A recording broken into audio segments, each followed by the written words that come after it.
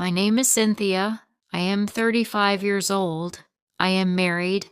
My husband's name is Howard. He is 40 years old. We have been married for 10 years. We have a son. His name is Charlie. He is 7 years old. We used to be very close.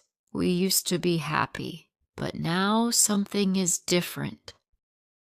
For the last 3 or 4 months, my husband has changed. He comes home from work, eats dinner, watches TV, and then sleeps. On weekends, he goes to meetings, plays golf, or stays in his home office. He says he is busy. He is the boss at work. He works with many people. I used to help him with documents and money, but now I stay home with our child. He does not let anyone help him now. He says he does not trust anyone. Before, we had small traditions. Every night we drank Turkish tea together. We talked, we laughed, we looked at each other with love. Now there's silence. No tea, no talks, only TV, only sleep. Last week, I sent our son to my mother's house. I wanted to be alone with my husband. I thought maybe he just needed rest. Maybe he needed time. But that night, he came home, ate dinner, and went to bed. He didn't speak to me.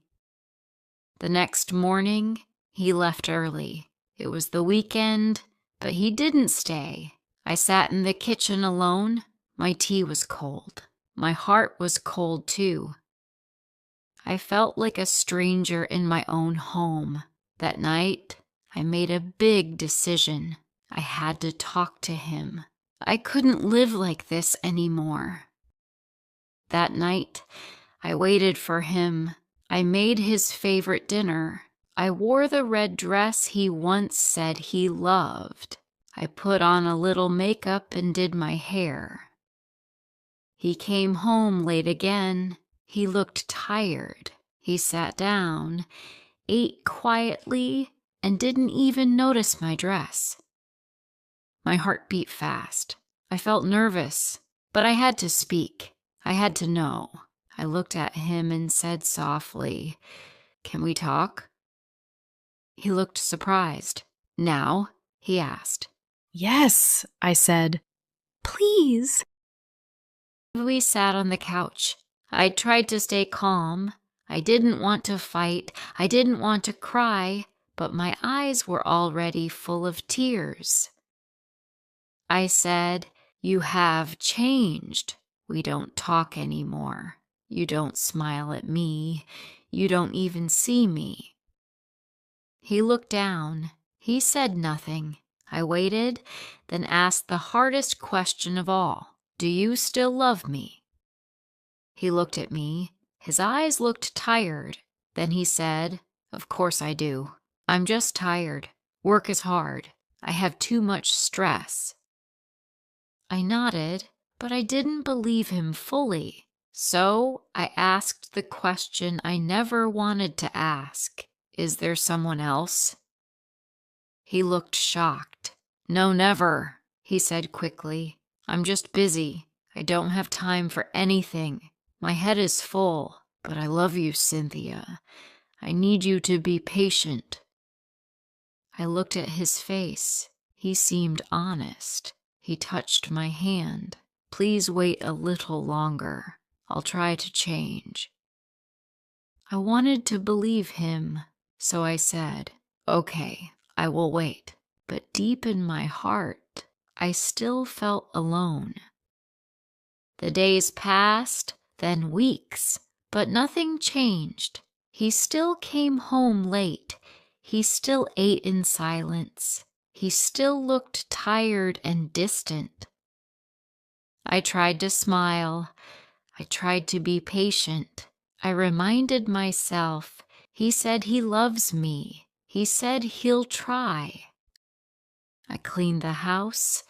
I played with our son. I even planned a weekend away, just the two of us. But when I asked him, he said, "Not now. I have meetings, maybe next month." That night I sat in the dark. The house was quiet. I whispered to myself, "Why does love feel so lonely?" I looked through old photos, pictures from our wedding, pictures from our honeymoon, photos of smiles, hugs, and laughter. Where did all that go? One evening, I sent our son to my mother's house again. I waited for my husband, hoping we could talk. But when he arrived, he went straight to his office. No hello, no smile, just a door that closed quietly behind him. I stood outside that door. I raised my hand to knock, but I stopped. My hand fell. I turned around and walked away. In the kitchen, I sat alone with a cup of cold tea. I felt like a stranger in my own home. Then a thought came to me. Maybe he doesn't see me anymore. Maybe he forgot who I am. And for the first time, I began to wonder, is this still a marriage or just two people living in the same house? I woke up early. I looked at the empty space next to me in bed. He had already gone to work. No kiss, no goodbye. I stared at the ceiling for a long time. My heart felt tired. Not angry, not loud, just tired. I made breakfast for my son. I smiled and played like everything was fine, but inside I felt invisible. That evening I tried again. I waited by the door. When he came in, I smiled. "Do you want to go for a walk?" I asked softly. He looked at me, tired and cold. "Not now, Cynthia. Maybe later." I nodded, but my heart broke. That night, while he worked in his office, I packed a small bag for me and our son. And then I wrote a letter. "I still love you, Howard. I still hope for us. But I can't be the only one trying. I miss your heart more than your presence." You said to wait. I waited. I waited with love, patience, and tears. Now I need to find myself again. I'm not leaving forever, but I can't stay invisible anymore. I left the letter on the table. My eyes were full of tears. I closed the door behind me. I held my son's hand. We walked into the quiet dark, not away from love, but toward healing. I stayed at my mother's house.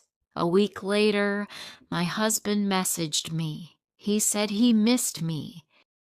He missed our son. He wanted us to come back.